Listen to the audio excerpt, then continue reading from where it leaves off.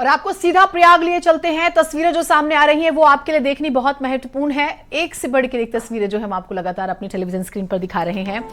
ये देखिएगा, अखाड़े स्नान के लिए निकले हुए। शंभू अखाड़े ने किया, अग्नि अखाड़े ने स्नान कर लिया था, जूना अखाड़े ने दिगंबर अखाड़े का जिक्र करेंगे, निर्मल अखाड़ा। और तस्वीरें बेहद ही खूबसूरत। और जो हमने शुरू में जिक्र किया था कि इस स्नान के बाद बहुत सारे अखाड़े हैं जो शायद यहाँ से प्रस्थान कर जाएंगे, तो ये तस्वीरें फिर आपको देखने को नहीं मिलेंगी।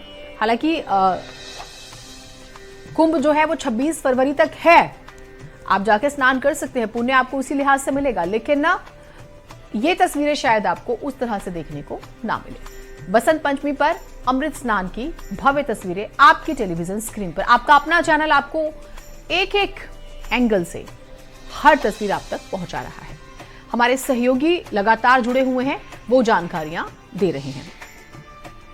और हमारे साथ दो मेहमान जुड़े हुए हैं, परिचय आपका करा देते हैं, फिर उनसे बातचीत शुरू करेंगे, क्योंकि आज बसंत पंचमी भी है। आप क्या करें क्या ना करें, करें तो कैसे करें, और अगर भगवान से मांगे तो क्या मांगे, किस भावना के साथ मांगे। धीरेन्द्र पांडे जी हमारे साथ ज्योतिषाचार्य जुड़े हुए हैं स्टूडियो से, और डॉक्टर मोहित शुक्ला भी हमारे साथ जुड़े हैं। दोनों ही मेहमान आप भी स्टूडियो से जुड़े हुए हैं, आप दोनों का बहुत स्वागत है। धीरेन्द्र जी, बसंत पंचमी, अमृत स्नान भी है, शुभ मुहूर्त की भी हम लगातार बात कर ही रहे थे जी। जो देवी है मां सरस्वती, उनकी खूब कृपा हो हमारे दर्शकों पर, तो दर्शक हमारे क्या करें। देखिए, आज का बहुत ही अद्भुत मुहूर्त है, बहुत ही शक्तिशाली मुहूर्त है, और हमारे जो दर्शक हैं वो देवी की आज आराधना करें, क्योंकि देवी जो सरस्वती है वो विद्या की, ज्ञान की देवी हैं। और आज के सोसाइटी जो हमारी वो नॉलेज बेस्ड हो गई है, मसल पावर का ताकत धीरे धीरे कम हो रही है, और जो मेंटल पावर है, जो इंटेलेक्चुअल पावर है, और जो इंफॉर्मेशन टेक्नोलॉजी है, जिससे पूरा वर्ल्ड ग्लोबलाइज हो चुका है, तो वो सारा का सारा इंटेलेक्चुअल पावर पे, मेंटल एबिलिटी पे डिपेंड करता है। उसकी देवी जो है देवी सरस्वती हैं, तो देवी सरस्वती की बहुत ही विधिवत आराधना करें। इसके लिए जो लोग बहुत साधक नहीं हैं वो पंचोपचार कर सकते हैं। देवी की आराधना 5 चीज़ों से पूजा करके, धूप, दीप, वस्त्र, जैसे पान है, अक्षत है, इन सारी चीज़ों से। जो लोग थोड़ा विशिष्ट साधना करते हैं वो षोडशोपचार कर सकते हैं, 16 चीज़ों से पूजा करें देवी की, तो वो अच्छा रहेगा। जो लोग नहीं कर सकते हैं वो लोग किसी अच्छे कर्मकांडी पंडित जी को बुला लें और अपने घर में या प्रतिष्ठान में या ऑफिस में अच्छे से करें। आज का अति उत्तम मुहूर्त है, बहुत ही शक्तिशाली मुहूर्त है, दिव्य मुहूर्त है, और इस मुहूर्त को जितना लाभ उठाना चाहे लोग उठा लें, क्योंकि हमारे जीवन में ज्ञान, विद्या, जो शिक्षा है, उसकी देवी सरस्वती है। उनकी पूजा आराधना हमारे जीवन में, हमारा जो हमेशा से शिक्षा का महत्व था और आज के समय में शिक्षा का महत्व बढ़ता जा रहा, तो हमको उनको अच्छे से पूजा करनी चाहिए, आराधना करना चाहिए। ये अच्छी बात आपने बताई, शिक्षा का बहुत महत्व भी है। डॉक्टर मोहित, पीले वस्त्रों का जिक्र होता है, अब इसका क्या महत्व है? हालांकि मैं तो आज नहीं पहन पाई, लेकिन ज़रूर पहनूंगी। लेकिन आप बताइए, पीले वस्त्र, क्योंकि प्रसाद में भी कहा गया पीले लड्डू, पीले चावल, अगर संभव हो तो पीला दूध आप दान करें, तो ये ज़रा आप बताइएगा इसका महत्व। देखिए, ऐसा है कि माँ सरस्वती जो आज उनका विशेष पूजन होता है बसंत पंचमी के दिन, तो इसका पहले तो कैसे आपके पास आते हैं, ये तस्वीरें एक बार हम दिखा देते हैं। तस्वीरें भी बहुत महत्वपूर्ण है। अखाड़े स्नान करने के लिए पहुंचे, अपने सहयोगी से जुड़ेंगे और इस अखाड़े के बारे में भी जानेंगे। हालांकि हम हर अखाड़े की जानकारी अपने दर्शकों को दे रहे हैं, अब ये कौन सा अखाड़ा है तो उसकी डिटेल आपके साथ साझा करेंगे। हालांकि अग्नि अखाड़ा जो है वो स्नान कर चुका है, जिसके बारे में हमने आपको जानकारी दी थी। शंभू अखाड़े के बारे में भी आपको जानकारी दे दी थी। जूना अखाड़ा की तस्वीरें भी हमने आपको दिखा दी थी। निर्मल अखाड़ा भी स्नान कर चुका है, लेकिन तस्वीरें बेहद ही महत्वपूर्ण। संगम नोज से तस्वीरें। संगम नोज वो जगह होती है जहां पर गंगा, यमुना, सरस्वती तीनों जो हैं मिल रही हैं। संगम नोज इसे कहा जाता है, जहां पिछली बार हादसा हो गया था दुर्भाग्यपूर्ण तरीके से। लेकिन अब तस्वीरें महत्वपूर्ण हैं। अमूमन हम कहते हैं कि एक तस्वीर 1000 शब्दों को समेटे रहती है, लेकिन इस तस्वीर के बारे में आप 1000 शब्द शायद कुछ भी नहीं होंगे। आप जितना चाहें अपनी समझ, अनुभव के हिसाब से इसे एक्सप्लेन कर सकते हैं, लिख सकते हैं। एक एक साधु अपने में कहानियाँ, कथाएं तपस्या, त्याग, संघर्ष सब लिए हुए हैं। तो ये तस्वीरें, ये पूरा वो स्थान, अखाड़ा स्थान जिसको हम कहते हैं कि अखाड़ा मार्ग, ताकि लोगों को दिक्कत ना हो, अखाड़े आराम से जाएं, स्नान कर सकें। तो ये तस्वीरें, और देखिए बेहद ही खूबसूरत ये तस्वीरें। कोशिश करेंगे कि हम निरंजनी अखाड़ा आपने तस्वीरों में देखा जो कि पहुंचा हुआ है। ये तस्वीरें, जानकारी हमने आपके साथ साझा की, और महत्व निरंजनी अखाड़े का, बड़ा अखाड़ा है। और स्टीव जॉब्स की पत्नी भी इसी अखाड़े से जुड़ी, लॉरेन जॉब्स जिनका हम जिक्र कर रहे हैं। और सबसे बड़ा भव्य पंडाल इस बार महाकुंभ में जो है, एक किसी राजमहल जैसा पंडाल जो है इसका बना है, आकर्षण का केंद्र है। बड़े बड़े लोग, अलग अलग क्षेत्रों के विद्वान इस अखाड़े से न सिर्फ जुड़े, जाके उन्होंने आशीर्वाद भी लिया। और ये तस्वीरें कैलाशानंदगिरी जो हैं इसके आचार्य महामंडलेश्वर, तस्वीरें पुष्प वर्षा की तस्वीरें भी हम आपको दिखा रहे हैं हेलीकॉप्टर से। ये उत्साह बढ़ाने वाली होती है। देखिए, उत्साह बढ़ाने वाली होती हैं। भाव वही है कि सभी को यहाँ पर आत्मसंतुष्टि मिले। जिस भी भाव से वो ईश्वर को याद कर रहे हैं, जिस भी तरीके से वो ईश्वर तक पहुंचने की कोशिश कर रहे हैं, वो सफल हो। ये साधु संतों का एक जिस तरह का कठिन जीवन होता है, उन सबसे परे यहाँ पर आपको बड़े आराम से मस्त मलंग अपनी धुन में झूमते, नाचते और स्नान करते हुए, अमृत स्नान करते हुए साधु संत नजर आएंगे अलग अलग अखाड़ों के। देखिए, आम जनता की तस्वीरें भी आपको दिखा रहे हैं और अखाड़ों की तस्वीरें भी हम आपके सामने रख रहे हैं। बेहद ही महत्वपूर्ण ये तस्वीरें। हालांकि हमारे सहयोगी ने जानकारी दी थी, थोड़ी देर बाद निर्मल अखाड़ा जो कि सिखों से जुड़ा हुआ है, वो भी पहुंचेगा स्नान करने के लिए। तो हम तस्वीर उसकी भी आप तक पहुंचाएंगे। और निरंजनी अखाड़े की तस्वीर भी हमने आपको दिखाई थी। ये देखिएगा तस्वीरें। निरंजनी अखाड़ा, ये शैवों में सबसे बड़ा अखाड़ा। इस अखाड़े की स्थापना सन 1904 में गुजरात के मांडवी में हुई थी। ऐसी मान्यता है इस अखाड़े के ईष्टदेव भगवान कार्तिकेय हैं, जो देवताओं के सेनापति हैं। निरंजनी अखाड़े के महामंडलेश्वर की संख्या 33 और नागा सन्यासियों की संख्या 10,000 से भी ज्यादा बताई जाती है। इस अखाड़े में सबसे ज्यादा पढ़े लिखे साधु संत हैं, जिन्होंने बड़े बड़े पदों को छोड़कर आध्यात्म का मार्ग जो है वो चुना। वर्तमान में इसके आचार्य महामंडलेश्वर स्वामी कैलाशानंदगिरी महाराज है। अच्छा, निर्मोही अखाड़ा भी आप टेलीविजन स्क्रीन पर देख रहे हैं, वो भी हम आपको दिखा देते हैं। और ये अखाड़ा वैष्णवों का तीसरा अखाड़ा है। निर्मोही शब्द का अर्थ है मोह रहित। यही तो हमें सिखाते हैं साधु संत, हमारे अखाड़े। इस अखाड़े की स्थापना 4 फरवरी 1720 को मानी जाती है। इसका मुख्य स्थान वाराणसी में है। यह अखाड़ा भगवान श्री राम की पूजा करता है। इस अखाड़े की नींव वैष्णव संत और कवि रामानंद ने रखी थी। इस अखाड़े के साधु संत शास्त्र विद्या के साथ साथ शस्त्र चलाने में भी निपुण होते हैं। निर्मोही अखाड़े के अनेक मंदिर उत्तर प्रदेश, उत्तराखंड और मध्य प्रदेश में है। निर्मोही अखाड़े के श्री महंत राजेंद्र दास महाराज हैं। प्रियव्रत हमारे साथ, हमारे सहयोगी जुड़े हुए। प्रियव्रत, हम तो तस्वीरें देख ही रहे हैं, आप क्योंकि वहां पर मौजूद हैं, जरा दिखाइए तस्वीरें, एक्सप्लेन कीजिए क्या उत्साह है, वहां का माहौल कैसा है। रोंगटे खड़े होते हैं हम जब यहां से देख रहे हैं, तो आप हमें और अच्छे से बता सकते हैं।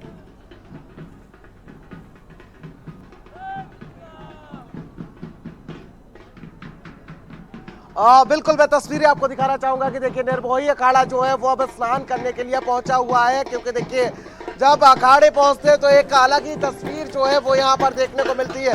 ढोल नगाड़ों की थाप पर ये लोग जो है वो यहाँ पर पहुंच रहे हैं, उत्साहित नजर आ रहे हैं। इनके अंदर जो उत्साह है, ढोल नगाड़ों की थाप पर हर हर महादेव के जयघोष लगाते हुए ये लोग नजर आ रहे हैं। देखिए, सतुआ बाबा हमारे साथ मौजूद है। सतुआ बाबा जी हमारे साथ मौजूद है। बाबा जी, सीएम योगी बड़े प्रिय हैं आपके, आप उनके बड़े प्रिय हैं, कैसे देखते हैं? अभी आए थे आपके कैंप में। उत्तर प्रदेश का हर व्यक्ति और सनातन से जुड़ा हर भारतवासी सीएम योगी आदित्यनाथ जी महाराज जी को प्रणाम करता है, उनके नेतृत्व को प्रणाम करता है। और देश के माननीय प्रधानमंत्री जी ने जो भारत जिस विषय से जाना जाता था, उस भारत को ऊंचाइयों तक पहुंचाया है। मैं पूरे उत्तर प्रदेश नहीं, पूरे भारत के लोग उनको अभिनंदन करते हैं। जिस तरीके से देखा जा रहा है आज बसंत पंचमी का स्नान है, बड़ी संख्या में श्रद्धालु पहुंच रहे हैं, व्यवस्थाएं कैसी देखते हैं क्योंकि 29 आप तारीख को देखें, ये दिव्यता और भव्यता के साथ कुंभ सजा है और निश्चित ही ये तैयारियों के साथ जैसे श्रृंगार किया गया है। आप देखें करोड़ों लोगों की आस्था और विश्वास की डुबकी संगम पे लग रही है। आप देखें जो विपक्ष वाले हैं कभी बोलते नहीं थे, सनातन का राम का नाम लेने से डरते थे, आज वो सनातन की बात कर रहे हैं। जिनके पूर्वजों ने केवल घर और स्वार्थ की राजनीति करते, राम मंदिर की बात तक नहीं करते थे, आज हमारे देश में राम मंदिर की स्थापना हुई। स्थापना के बाद राम मंदिर बन गया और सनातन पे उनने कभी बात नहीं की। आज वो कुंभ पर उंगली उठा रहे हैं। यही कुंभ है कि जहां उनके काल में लाशों की रेलवे पर बहार हो जाती थी और आज वो हम हमारे इतने अच्छे सुंदर कुंभ को वो उंगली उठा के बोल। मैं अखिलेश यादव से कहना चाहता हूं कि कभी भी हमारे सनातन को बांटने की कोशिश ना करें। सनातन कभी बटा नहीं है और सनातन न बांटा है। तो देखिए ये थे सतुआ बाबा जी महाराज जिन्होंने हमसे खास बातचीत की और कहीं ना कहीं देखिए सनातन को एक बड़ा संदेश यहाँ पर देने की जिस तरीके से कोशिश की जा रही है कि सनातन को एक रहना है। साधु संतों के निर्मोही अखाड़ा अभी पहुंचा हुआ था और ये वही सतुआ बाबा है जिनके कैंप में सीएम योगी आदित्यनाथ जो थे वो पहुंचे हुए थे और अभी सीएम योगी आदित्यनाथ की मौजूदगी में जिस तरीके से इनको जगत गुरु की उपाधि जो है वो दी गई है। कहां से पहुंच रहे हैं? राजस्थान निमोलिया अखाड़ा से। कैसा लग रहा है यहाँ पहुंचकर व्यवस्था? अच्छा योगी जी का बहुत अच्छा, योगी जी मोदी जी को बहुत बहुत धन्यवाद। हर हर महादेव। यहाँ पर जो लोग हैं बेहद उत्साहित नजर आ रहा है। इनके अंदर का उत्साह जो है वो कहीं ना कहीं साफ तौर पर देखने को मिल रहा है। देखिए साधु संतों का जमावड़ा जो है लगातार लगता हुआ नजर आ रहा है। कुछ लोग यहाँ पर हमारे साथ मौजूद है। कहाँ से पहुंची है मैम? यहाँ प्रयागराज का मेला लगा। बात करने की कोशिश करेंगे संतोष दास जी महाराज और सतुआ बाबा का शनिवार को जगतगुरु के तौर पर पट्टाभिषेक हुआ था। प्रयागराज महाकुंभ में सीएम योगी आदित्यनाथ और अन्य साधु संतों की मौजूदगी में उन्हें ये उपाधि दी गई थी और जगतगुरु रामभद्राचार्य ने उनका अभिषेक किया। अवधेशानंद गिरी महाराज भी वहां उपस्थित थे क्योंकि प्रियव्रत ने जो है बातचीत की थी अभी सतुआ बाबा से, तो उनके बारे में भी आपको मालूम होना चाहिए। मोहित जी आप अपनी बात पूरी कीजिएगा। हम कपड़ों को लेकर, खान पान को लेकर, आज के दिन के विशेष महत्व को लेकर बात कर रहे थे। देखिए आज जब ब्रह्मा जी ने सृष्टि की रचना कर दिया और सृष्टि की रचना होने के बाद उनको महसूस हुआ कि यहाँ बड़ी शांति है और कुछ भी आनंद रमणीयता या ज्ञान की चर्चा नहीं हो रही, सब लोग अपने अपने शांत चुपचाप कार्य कर रहे हैं। तब ब्रह्मा जी ने श्री हरि से अपने मन की व्यथा कही और श्री हरि विष्णु की प्रेरणा से उन्होंने जो है अपने कमंडल से जल निकाला और उस जल को मंत्र पढ़ के जब छोड़ा तो उससे देवी सरस्वती का आविर्भाव हुआ। देवी सरस्वती जब प्रकट हुई, ये मैं आज के दिन की विशेष कथा बता रहा हूँ, इसको सुनने से बड़ा पुण्य प्राप्त होता है, तो दर्शकों को ये पुण्य मिले इसके लिए मैं सुना रहा हूँ। और देवी सरस्वती जब प्रकट हुई तो उनके एक हाथ में कमंडल था, एक में माला था, पुस्तक था और पुष्प था, तो वीणा लिए हुए थी। ऐसे 6 हस्त भी उनके बताए, 2 हाथ वीणा थी। तो ब्रह्मा जी ने उनसे कहा, 4 भुजाओं का जिक्र होता है कि नहीं, यहाँ पर जो है देखिए देवी के 4 भी हो सकते हैं, 2 भी हो सकते हैं और 6 भी हो सकते हैं। ऐसे ही शिव का भी आपको स्वरूप मिलेगा और ऐसे ही जो है भगवान विष्णु का भी मिलेगा। जब वो राम कृष्ण के रूप में आए तो 2 हाथ थे, यहाँ पर जो है 2 हाथ में वीणा है, 6 भुजाधारी माता सरस्वती वहाँ प्रकट होती हैं और ऐसा पुराणों की ये कथा है, तो मैं आपको सुना रहा हूँ। तो वहाँ पर जब वीणा माता लिए हुए तो ब्रह्मा जी ने उनसे कहा कि आप जो है वीणा का स्वर वादन करें। तब उन्होंने जब वीणा बजाई तो जैसे ही वीणा उन्होंने बजाई तो पूरी सृष्टि जो है खिलखिला उठी और ऋतुएं, वहाँ बसंत ऋतु का आगमन होने लगा और पक्षी चहचहाने लगे। अब देखिए यहीं से बसंत ऋतु का वर्णन आ जाता है, जिसका आगमन आज होने जा रहा बसंत पंचमी जिसे हम कहते हैं। और पक्षी चहचहाने लगे और सरसों जैसे पीले रंग की होती खिल जाती है, ऐसे पीले पुष्प खिल गए और जैसे मानो लगा कि पूरी प्रकृति वीणा बजाते ही उनके जो आनंदित हो उठी। ऋषि मुनि उस आनंद को उन्होंने आत्मसात कर लिया ऋषियों ने, और देवता भी मंत्रमुग्ध हो गए। तो इसलिए कहा गया कि जो सरस्वती हैं उन्होंने विद्वानों की जिह्वा पे स्थान प्राप्त किया। तो विद्वान जब बोलते हैं, ऋषि जब बोलते हैं, तो जब ऋषियों ने उन्हें आत्मसात कर लिया तो कहते हैं देवी सरस्वती उनकी मानो जिह्वा पर नृत्य कर रही है। तो देवी सरस्वती का वर्णन ऋग्वेद में भी प्राप्त होता है, जो सृष्टि का सबसे प्राचीन पुस्तक है और इसका अभी तक समय काल भी वैज्ञानिक निश्चित नहीं कर पाए। तो उस ऋग्वेद में जहाँ सरस्वती का वर्णन आता है तो कहते हैं सरस्वती ज्ञान की देवी हैं, ये संगीत की देवी हैं, जो संगीत का देवी सरस्वती की आराधना करती है। और देवी सरस्वती जिस पर कृपा कर देती हैं, वो अगर राम शब्द का भी आलाप ले लेता है तो जनता आधे घंटे तक राम का आलाप ही सुनते मंत्रमुग्ध हो जाते। मैंने ऐसे संगीतकारों के भी दर्शन किए। तो ये संगीत की अद्भुत शक्ति ज्ञान की देवी हैं और इनका आविर्भाव होते ही जो है सृष्टि में ज्ञान की उत्पत्ति हो गई और संगीत की उत्पत्ति हो गई। और इस प्रकार से पीले जो वस्त्र आज पहने जाते हैं उसका जो है हमारी ऋतु, क्योंकि हमारे सनातन में जितने भी पर्व हैं उनका ऋतुओं से बहुत संबंध होता है। और ये जो पीला पुष्प खिलना, सरसों का खिलना और इस प्रकार से मानो पूरी पृथ्वी जो है इस ऋतु को पर्व को मना रही हो, इसलिए बसंत पंचमी का जो आगमन है बसंत ऋतु का, उसके पूर्व ये बसंत पंचमी का पर्व होता है। और इसमें पीला आसन देवी सरस्वती को दिया जाता है, पीले लड्डू, पीले रंग के चावल चढ़ाए जाते हैं और इसलिए ये पीले रंग का विशिष्ट महत्व जो है बताया गया। और मैं देवी सरस्वती के विषय में आज बताना चाहता हूँ कि हमारे दर्शक जो विद्यार्थी हैं, जैसा भी आचार्य जी कह रहे थे कि विद्या का आज के समय बड़ा महत्व रहा है, तो प्राचीन काल से ही विद्या जो प्राप्त करता है, जो विद्वावान है, जो विद्वान है, उसका शुरू से सम्मान होता रहा। कहते भी हैं कि राजा की राज्य में पूजा होती, राजा राजते पूजते विद्वानम सर्वत्र पूजते, विद्वान की सर्वत्र पूजा होती है। तो इसलिए विद्या की देवी सरस्वती हैं। विद्यार्थियों को आज के दिन कलम की पूजा करनी चाहिए, पाटी की पूजा की जाती है आज के दिन। आज के दिन अगर बच्चा छोटा है तो आप उसको छोटा आ बड़ा आ लिखना सिखाएं, पूजा करें। पहले रोली और अक्षत इत्यादि लगा कर देवी सरस्वती के चरणों में पाटी पूजा होती, उसको रखें, जल आदि अभिषेक पुष्प चढ़ाएं। फिर बच्चे को जो है ओम सबसे पहले लिखना सिखाना चाहिए। ओम जो है आज के दिन रखें। आज के दिन नामकरण संस्कार, अन्नप्राशन संस्कार, कर्णवेद संस्कार, ये सारे संस्कारों का भी विशेष महत्व है, क्योंकि इससे जो बालक बालिका होता है उसको ज्ञान की प्राप्ति होती, देवी सरस्वती की कृपा प्राप्त होती है। और देवी सरस्वती जिस पर कृपा कर दे बात करेंगे। उसका विश्व बड़ी में खबर आ रही नाम है, होता है। प्रदर्शकों को बता दें, इस पर हम बातचीत करेंगे। बड़ी खबर, बसंत पंचमी पर शाही स्नान की लखनऊ से मॉनिटरिंग हो रही है। सुबह 3:30 बजे से आप जानते हैं मुख्यमंत्री योगी आदित्यनाथ मॉनिटरिंग कर रहे हैं। वॉर रूम में सीएम योगी मौजूद है, तस्वीरें भी सामने आई है, ये देखिए। महाकुंभ में त्रिवेणी में स्नान की मॉनिटरिंग कर रहे हैं सीएम। किसी तरह की कोई दिक्कत ना हो, कोई अफवाह न फैले, कोई असामाजिक तत्व माहौल ना खराब करे, किसी तरह से ये देखिए। आप जानते हैं ये डिजिटल महाकुंभ है, कैमरे लगे हुए हैं, हाई टेक्नोलॉजी का इस्तेमाल किया गया है, कम्युनिकेशन किसी तरह से भी ब्रेक ना हो, तो पल पल की मॉनिटरिंग करते हुए ये वीडियो एक सामने आया है मुख्यमंत्री का, वो आपको दिखा रहे हैं। पिछली बार जो हुआ वो ना हो और बाकायदा देखिए, पिछले दिनों मुख्यमंत्री थे भी प्रयागराज और उन्होंने वहां से भी संदेश दिया था, साधु संतों से मुलाकात की थी। किसी तरह की कोई अफवाह ना फैले, कोई नाराजगी ना रहे किसी के बीच में, मन में आम श्रद्धालु हो या फिर साधु संत समाज, सभी से उन्होंने बातचीत की थी।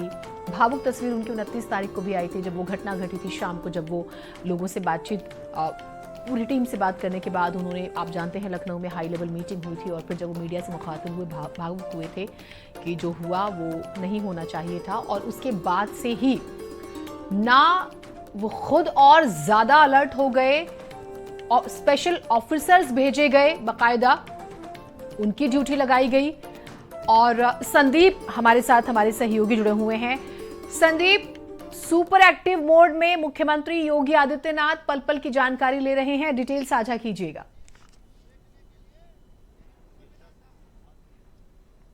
में किस तरीके से भीड़ का दबाव हुआ था और तमाम तरीके की देखिए बातें भी सामने आई थी। इसको लेकर खुद मुख्यमंत्री योगी आदित्यनाथ अब बहुत ज्यादा सतर्क नजर आ रहे हैं। और अगर देखिए आज के शाही स्नान की बात करी जाए, इसको लेकर मुख्यमंत्री योगी आदित्यनाथ इसके पहले देखिए वहां कुंभ में भी पहुंचे थे, वहां पर भी उन्होंने तमाम जरूरी निर्देश दिए। तो ये कहा था कि क्राउड का मैनेजमेंट जो है वो बेहतर तरीके से किया जाए। आपने देखा था इसके लिए तमाम जो ट्रेनी आईपीएस है उनको भी वहां पर भेजा गया था। अब मुख्यमंत्री योगी आदित्यनाथ देखिए सुबह 3:30 बजे से लगातार वो अपने सरकारी आवास पर एक वॉर रूम बनाया गया है। इस वॉर रूम में तमाम तरीके के देखिए एलसीडी टीवी लगाए गए हैं जो डायरेक्ट वहां की जो पूरी एक पिक्चराइजेशन है उसको यहाँ पर दिखा रहे हैं। खुद डीजीपी हैं, प्रमुख सचिव गृह संजय प्रसाद की बात करी जाए, मुख्यमंत्री कार्यालय के तमाम अधिकारी देखिए जो हैं उनके साथ वो वहां पर मौजूद है और जरूरी अपडेट देने का भी काम कर रहे हैं कि कहीं पर अगर क्राउड ज्यादा हो रहा है तो उसको कैसे मैनेज किया जाए, अखाड़ों को किस तरीके से ख्याल रखा जाए, ट्रैफिक डायवर्जन किस तरीके से किया जाए, मतलब जो भी वहां पर श्रद्धालु पहुंच रहे हैं उनको कम से कम पैदल चलना पड़े और उसी के साथ साथ किसी भी अनावश्यक रूप से किसी भी ना ही श्रद्धालु को ना ही अखाड़े के लोगों को किसी तरीके की दिक्कत हो। तो ये माना जा सकता है कि देखिए जो एक ये कहा जा सकता है कि मौनी अमावस्या वाले के दिन की जो तस्वीर सामने आई थी उससे तमाम अधिकारियों ने भी देखिए सबक लिया है और भविष्य में वो भी चाहते हैं कि इस तरीके की घटनाओं की देखिए पुनरावृत्ति ना हो, क्योंकि बहुत महत्वपूर्ण मौनी अमावस्या का दिन भी था और आज का दिन भी जो है बसंत पंचमी का दिन। तो अब आप समझ सकती हैं कि देखिए जो मुखिया हैं उत्तर प्रदेश के, मुझे लगता है कि वो रात भर सोए नहीं होंगे, रात भर जागे होंगे, क्योंकि 3:30 बजे से ही वो मॉनिटरिंग कर रहे हैं और उन्हीं के साथ साथ तमाम आला अधिकारी भी उनके आवास पर ही मौजूद हैं। और मुझे लगता है कि जब तक ये पूरा जो स्नान का देखिए जो समय दिया गया, आपने देखा होगा कि अलग अलग समय पर अखाड़ों के समय को विभाजन किया गया है। तो मुख्यमंत्री योगी आदित्यनाथ लगातार मॉनिटरिंग कर रहे हैं, तमाम अधिकारियों को निर्देशित कर रहे हैं कि एक भी चूक, एक भी लापरवाही नहीं सामने आनी चाहिए। एक और जानकारी आ रही है संदीप, इस बारे में भी आप बताएंगे। न सिर्फ कुंभ की मॉनिटरिंग हो रही है, बकायदा कुंभ आने यानी कि प्रयागराज आने वाले रास्तों का भी हम जिक्र करेंगे, सभी रेलवे स्टेशन के जिक्र करेंगे, बस स्टैंड का, और जो कुंभ प्रयागराज से लगे हुए जिले हैं उन जिलों के अधिकारियों से भी बातचीत हो रही है। बहुत शुक्रिया आपका जानकारियों के लिए। अपडेट्स हम आपसे लेते रहेंगे, लेकिन तस्वीरें बेहद ही महत्वपूर्ण और कम से कम जो 29 तारीख को हुआ वो अब ना हो। मोहित जी जल्दी से अपनी बात पूरी कर लीजिएगा। मैं दर्शकों को आज के दिन जो मैंने पूजा विधि बताई और उसके बाद सरस्वती देवी की आराधना कैसे करें, विद्यार्थी लोग विशेष करके मेरी बात को सुने कि सरस्वती नमस्तुभ्यं वरदे कामरूपिणी विद्यारंभं करिष्यामि सिद्धिर्भवतु मे सदा। कह रहे हे सरस्वती देवी, आप विविध प्रकार के वरों को प्रदान करने वाली हैं। कैसे? जब मैं विद्यावान हो जाऊंगा, विद्वान हो जाऊंगा, ज्ञानी हो जाऊंगा तो मुझे स्वतः सारी वस्तुएं संसार में प्राप्त हो जाएंगी। आईएएस को किसी चीज़ की कमी नहीं होती, सारे सुख उसको समय मिल जाते। उसी प्रकार से हे माता, आप हमारे ऊपर कृपा करें, जिस विद्या को मैं पढ़ूं वो मुझे हमेशा के लिए आत्मसात हो जाए, सिद्ध हो जाए, और आवश्यकता पड़ने परीक्षा के समय मैं उसको भूलूं नहीं। जैसे आपने पढ़ाई तो बहुत कर ली विद्यार्थियों ने, मगर अक्सर होता परीक्षा के समय भूल जाते। तो देवी सरस्वती की पूजा उपासना करने से, उनकी कृपा से आप उस विद्या को कभी नहीं भूलेंगे। जैसे अभी मैं मंत्र बोल रहा हूँ, मैं मंत्र भूल जाऊं तो उस विद्या का क्या लाभ? तो इसका मतलब सरस्वती की कृपा मेरे ऊपर नहीं है, तभी मैं भूला। तो सरस्वती की पूजा करके, यज्ञ करके आया हूं कि जिससे मुझे देवी सरस्वती की कृपा बनी रहे। ऐसे ही समस्त विद्यार्थियों को इस मंत्र से देवी सरस्वती की आराधना करनी चाहिए। और देखिए, कर्ण ने अपने गुरु के साथ छल किया, उसको श्रापित हुआ, देवी सरस्वती ने अपनी कृपा हटा ली। तो जिस समय उसको ब्रह्मास्त्र का प्रयोग करना था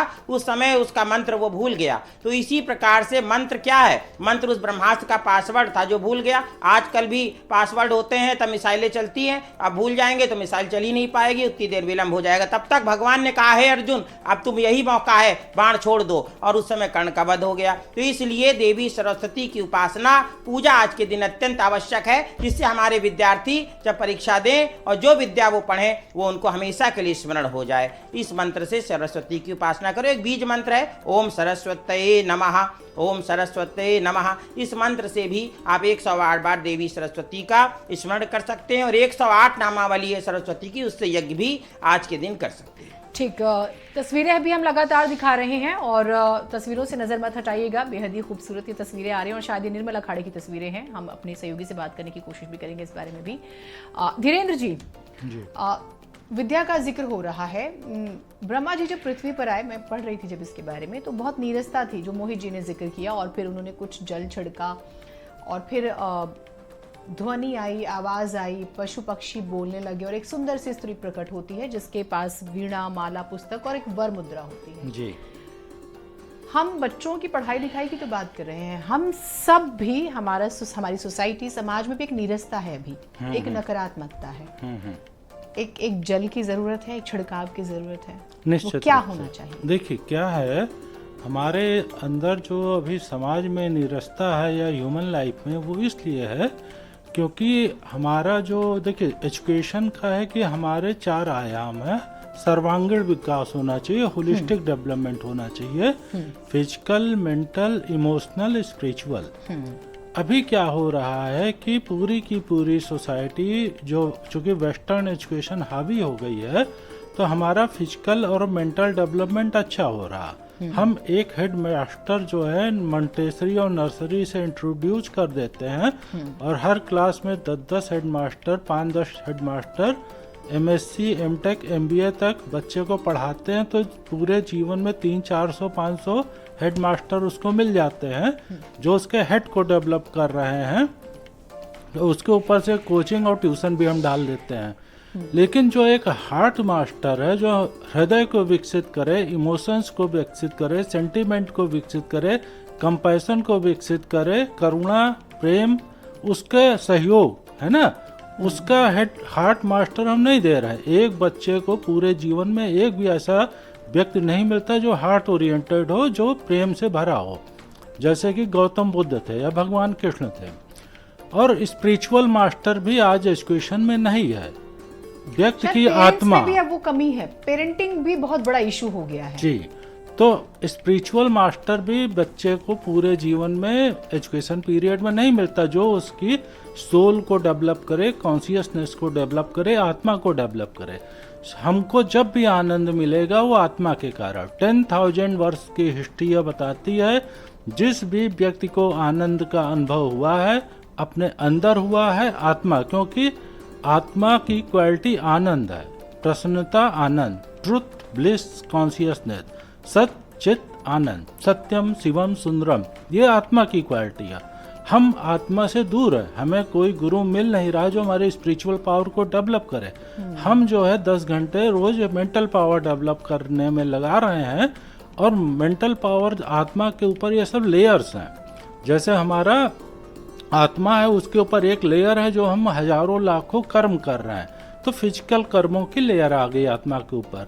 आत्मा के ऊपर दूसरी लेयर थॉट्स की आ गई। हम सुबह से शाम तक पढ़ाई कर रहे हैं और हेड मास्टर्स हमारे हेड को डेवलप कर रहे हैं, तो आत्मा के ऊपर एक दूसरी लेयर आ गई थॉट्स की। लाखों करोड़ों थॉट्स हैं हमारे, और फिर थोड़े इमोशंस के भी हैं। तो ये सारी लेयर्स को जब हम ब्रेक करेंगे, घूंघट के पट खोल तुझे प्रिया मिलेंगे। घूंघट जो है आत्मा के ऊपर थॉट्स का है, विचारों का, जो लाखों करोड़ों विचार हैं, लाखों हमारे एक्शन है, सुबह शाम तक हम भागदौड़ कर रहे हैं, और इमोशंस के इन 3 लेयर्स को जब हम ब्रेक करेंगे तो हमें आनंद मिलेगा और हम उसको रेडिएट करेंगे।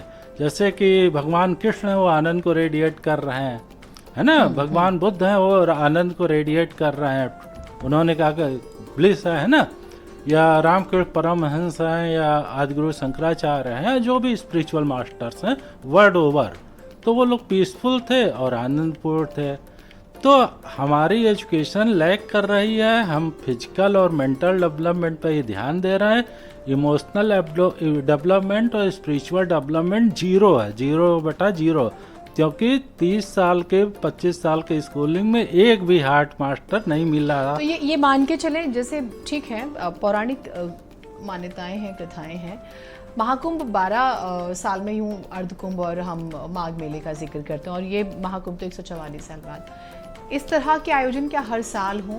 कम से कम देश में बहस छिड़ती है, हम बात कर रहे हैं, तो शायद वो जो स्पिरिचुअल खालीपन जिसकी आप बात कर रहे हैं वो खत्म हो जाएगा। ऐसे धार्मिक आयोजन होते रहने चाहिए निश्चित रूप से, क्योंकि हमारे जीवन में जैसे कार के 4 पहिए हैं, चारों में हवा नहीं होगी, कार नहीं चल पाएगी। ठीक बात। तो हमारा इमोशनल डेवलपमेंट और स्पिरिचुअल डेवलपमेंट होना अति आवश्यक है।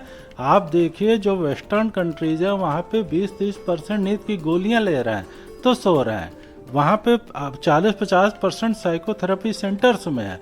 हमारा EQ नहीं डेवलप है, इमोशनल डेवलपमेंट नहीं है, उसके कारण से हस्बैंड वाइफ डाइवोर्स हो रहा है। बच्चे जो है एक माता के साथ केवल रह रहे हैं या पिता के साथ रह रहे हैं। हम अपने माता पिता से भी तालमेल नहीं बिठा पा रहे हैं, क्योंकि हमारा इमोशनल डेवलपमेंट 0 है। जब तक इमोशनल डेवलपमेंट नहीं होगा, हमारा EQ नहीं होगा, हमारे अंदर करुणा, प्रेम, शांति और सहयोग और जो वसुधैव कुटुंबकम का सनातन धर्म का कंसेप्ट है, संदेश है, हम उसको अगर हम वेस्टर्न को फॉलो करते रहेंगे अंधे होके अमेरिका यूरोप को, तो अमेरिका यूरोप की जो हालत है वो 10-20 वर्षों में भारत की हो जाएगी। यहाँ भी हर 3 वर्ष में डाइवोर्स होगा। हाँ, मैं आपके पास, हाँ, पंच दिगंबर अनी अखाड़ा तस्वीरें अपने दर्शकों को दिखा रहे हैं, बेहद ही महत्वपूर्ण। दिगंबर अखाड़ा पंचनी, ये वैष्णवों का सबसे पुराना अखाड़ा है। इसकी स्थापना अयोध्या में हुई थी, लेकिन इसका मुख्यालय गुजरात के साबरकांठा में है। इस अखाड़े के साधु संत हमेशा सफेद वस्त्र पहनते हैं और उधर्व पुंड्र तिलक लगाते हैं। भगवान विष्णु के अवतार शिवराम और श्री कृष्ण की पूजा करते हैं। इसके ध्वज पर हनुमान जी अंकित होते हैं। देश भर में इनके लगभग 450 से ज्यादा मठ और मंदिर हैं। खाकी अखाड़ा, हरिव्यासी अखाड़ा, संतोषी अखाड़ा दिगंबर अखाड़े के ही अंग हैं। वैष्णव अखाड़ों में सबसे बड़ा पद श्री महंत होता है। वर्तमान में दिगंबर अखाड़े के श्री महंत वैष्णव दास हैं। क्या गौरवशाली इतिहास है इनका, कितनी लंबी यात्राएं हैं इनकी। पुष्प वर्षा की तस्वीरें भी आप देखते रहिए। आपका अपना चैनल आपको एक भी तस्वीर से हमें कहें कि ओझिल नहीं होने देगा। हर तस्वीर अलग अलग एंगल से हम आप तक पहुंचा रहे हैं। और जिस स्पिरिचुअल खालीपन की बात हुई कि आप जो हैं, आपके पास तालीम बहुत अच्छी हो गई, एजुकेशन आपने ले ली, फिजिकली आप स्ट्रांग हो गए। हम 8-10 सालों में एक हेल्थ के सेक्टर में बूम देख रहे हैं, चेंज देख रहे हैं कि लोग फिटनेस फ्रीक हो गए हैं और एटलीस्ट हेल्थ की बात करते हैं, डाइट की बात करते हैं। ओबेसिटी बहुत बढ़ रही थी, मोटापा बहुत ज़्यादा बहुत बड़ी बीमारी बनने लगा था, तो लोग हेल्थ की भी बात करते हैं। एजुकेशन पे तो हम लगातार आगे बढ़ ही रहे हैं, लेकिन स्पिरिचुअल जो हमारा खालीपन है उसकी बात बहुत ज़रूरी है। और शायद इस तरह के जब आयोजन होंगे बड़े स्तर पर, तो वो खालीपन भी दूर होगा। और यही हम चर्चा भी कर रहे हैं। हमारी कोशिश है, हम सार्थक चर्चा के जरिए आगे बढ़ेंगे। तस्वीरें आपके सामने, दिगंबर अखाड़ा। हर अखाड़े का अपना इतिहास, अपना संघर्ष, अपनी कहानियाँ। एक एक साधु अखाड़े से जुड़े व्यक्ति की अपनी कहानी, अपनी जीवन यात्रा, अपना संघर्ष, किस तरह का उन्होंने त्याग किया है, क्यों अखाड़े का वो हिस्सा बने। ये तस्वीरें भी आपके सामने। श्री पंच दिगंबर अनी अखाड़ा आपकी टेलीविजन स्क्रीन पर बढ़ता हुआ। और ये वैसी ही तस्वीरें हैं जब हम राजपथ पर देखते हैं 26 जनवरी को, जब हम अपनी सेना का, अपने देश का शौर्य देखते हैं, हमारी सेनाओं का सक्षम देखते हैं, हमारी सेनाओं की वीरता देखते हैं, उनके संघर्ष को देखते हैं। हर एक स्टेट की अपनी एक झांकी होती है और वो क्षण बहुत भावुक होता है। अगर आपने कभी वहाँ पर बैठ कर देखा हो तो ऐसे लगता है कि एकदम प्राण मुँह को आए रहते हैं और वो गौरवशाली फीलिंग होती है। आप बहुत प्राउड फील करते हैं, बहुत गौरव फील करते हैं। कुछ वैसा सही जब ये अखाड़े गुजर रहे हैं। ये तस्वीर आप देखिए, श्री पंच दिगंबर अनी अखाड़ा, इसके बारे में मैंने आपको जानकारी दी। ये वैष्णवों का सबसे पुराना अखाड़ा है। स्थापना अयोध्या में हुई। इसका मुख्यालय गुजरात के साबरकांठा जिले में है। और इस अखाड़े के साधु संत हमेशा सफ़ेद वस्त्रों में रहते हैं ज़्यादातर, और तिलक लगाते हैं। उधर पुंज तिलक का हम जिक्र करें, भगवान विष्णु के अवतार श्री राम और श्री कृष्ण की पूजा करते हैं। इसके ध्वज पर हनुमान जी अंकित होते हैं। देश भर में इनके लगभग 450 से ज़्यादा मठ और मंदिर हैं। खाकी अखाड़ा, हरिव्यासी अखाड़ा, संतोषी अखाड़ा दिगंबर अखाड़े के ही अंग है। मुख्य रूप से हमारे देश में 13 अखाड़े हैं। एक 14वां अखाड़ा जो कि जूना अखाड़े का हिस्सा है, किन्नर अखाड़ा है। देखिए ज़रा इनके कर्तव्य। वैष्णव अखाड़ों में सबसे बड़ा पद श्री महंत का होता है, जो कि इस समय श्री महंत वैष्णव दास है। अखाड़ों पर मैं एक टिप्पणी छोटी सी आपकी मोहित जी आपसे ले लेती हूँ। अखाड़ों का इतिहास दिलचस्प होता है, इनकी बातें होती रहनी चाहिए, क्यों सिर्फ कुंभ महाकुंभ पर ही बात हो? देखिए, जो ये अखाड़े हैं ये सनातन धर्म की जो है स्तंभ हैं। इन्हीं पर पूरा सनातन धर्म स्थिर है और ये अखाड़े बहुत प्रमुख हैं। और यही हमारे शंकराचार्य जी का भी चुनाव करते हैं। इनके जो आचार्य महामंडलेश्वर होते हैं हर अखाड़े के प्रमुख होते हैं। और ये अखाड़े हमारे 2 कार्य करते हैं। ये शस्त्र और शास्त्र दोनों में पारंगत होते हैं। और जब हमारे देश पर विदेशी आक्रमणकारियों ने आक्रमण किया तब अखाड़ों ने आगे आके सनातन की रक्षा करी है।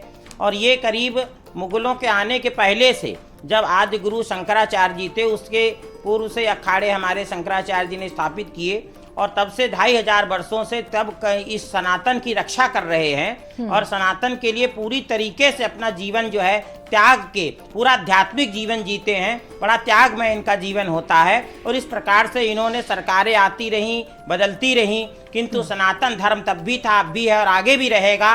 और धर्म बचा रहना चाहिए। हम आज ठीक हैं, कल बात नहीं है। रहेंगे, इसी सिद्धांत पर एक आधारित। बहुत छोटा सा ब्रेक ले रहे हैं, लेकिन हमारी ये महा कवरेज जारी रहेगी और सार्थक चर्चा जिससे आपका हमारा जीवन प्रभावित होता है और बेहतर दिशा में आगे बढ़ेगा। छोटा सा ब्रेक, कहीं मत जाइएगा।